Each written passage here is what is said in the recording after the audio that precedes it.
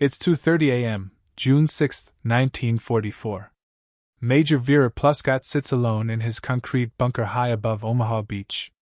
The cold Atlantic wind seeps through cracks in the walls, brushing against his face, carrying the distant, restless roar of the sea. For months, he has stared at this horizon, imagining the day the Allies might come. Tonight, the air feels different. Thicker. He can sense it in his chest, a pressure he has never known before.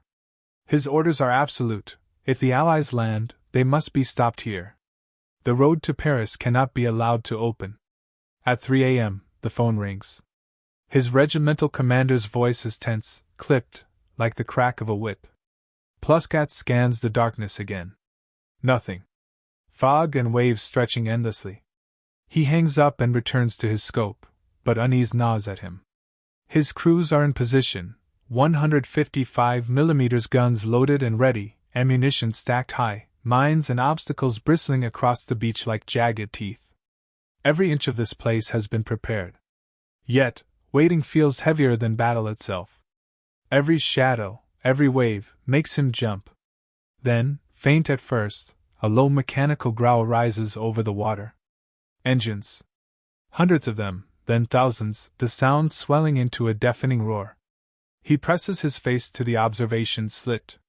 Parachutes burst above the waves, blooming like ghostly white flowers in the night, drifting silently to the earth. Alarm rises in his chest. His artillery crews scramble, but the order is absolute: the beach is the target. The paratroopers, landing behind the lines, seize bridges and roads beyond his reach. Already, the invasion has outflanked him. By 5:30 a.m., pale dawn spreads across the water. Pluskat lifts his scope and freezes. An armada stretches from left to right, endless, unbroken, battleships, cruisers, destroyers, transports, silhouetted against the lightning sky. His hand shakes as he reaches for the phone. Static, then his commander's voice. But before he can respond, the world detonates. The first salvo from Allied naval guns tears through the morning air. Concrete shakes. Dust and fragments explode into the bunker. Pluskat hits the floor instinctively, ears ringing. His guns fire back, shells arcing into the distant fleet, but for every shot he sends, dozens return.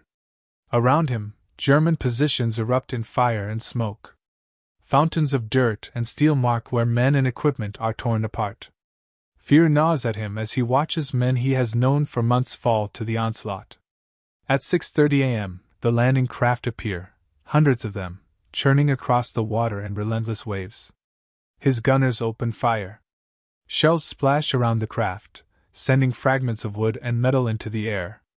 One hits directly, flames explode, a human scream is swallowed in the inferno, but for every craft destroyed, 10 more surge forward.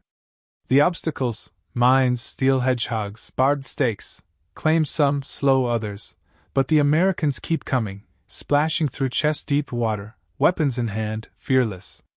The MG-42 positions scream from the cliffs above, tearing the air in shredding bursts.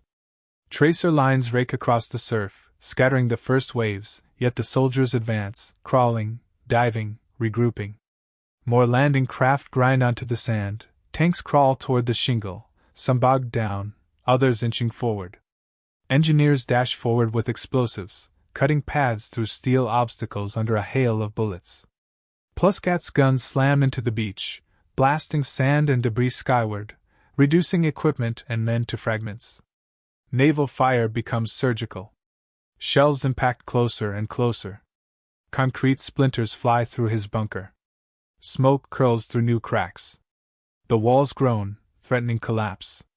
By 7 a.m., he can count only 4 of his original 6 guns still operational. His ammunition is running low, panic rising in every heartbeat. The paratroopers are reporting their gains behind the line, cutting off retreat, sealing his men into a shrinking pocket. Every phone call brings bad news, then static, then silence.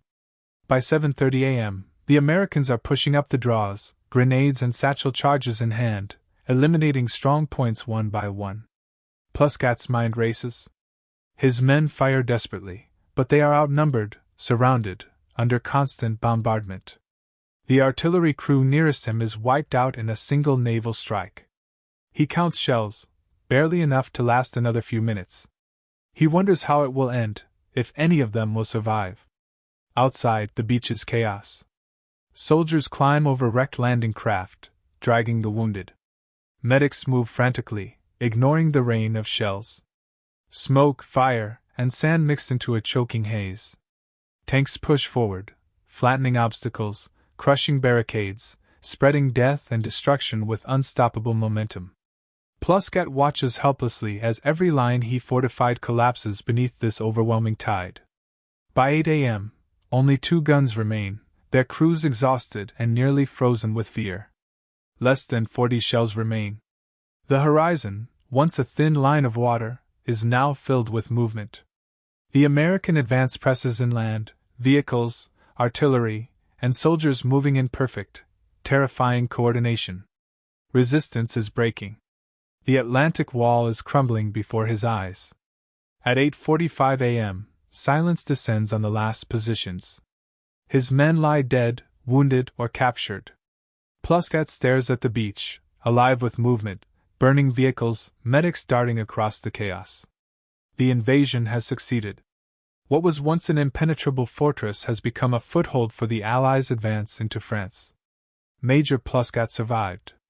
His testimony became one of the most famous German accounts of D-Day. He said the moment he first saw the endless Allied fleet at dawn, he knew Germany had lost the war.